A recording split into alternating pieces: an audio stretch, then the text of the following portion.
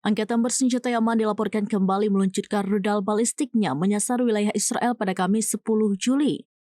Namun, militer rezim Zionis atau IDF mengklaim berhasil mencegah rudal yang ditembakkan musuh. Dikutip dari The Times of Israel via Tribun News, IDF mengatakan telah mengidentifikasi peluncuran rudal dari Yaman.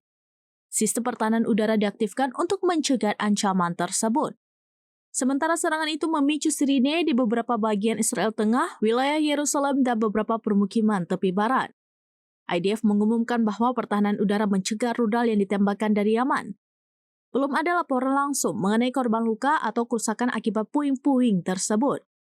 Sebelumnya, seorang juru bicara IDF mengumumkan 2 rudal diluncurkan dari Yaman menuju Israel pada Senin 7 Juli dini hari. Serangan tersebut disinyalir sebagai serangan balasan oleh kelompok Houthi dari serangan udara Israel di Yaman.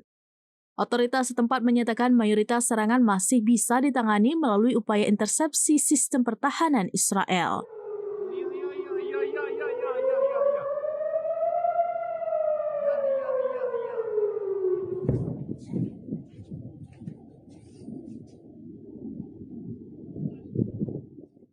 Download Tribun X sekarang, menghadirkan lokal menjadi Indonesia.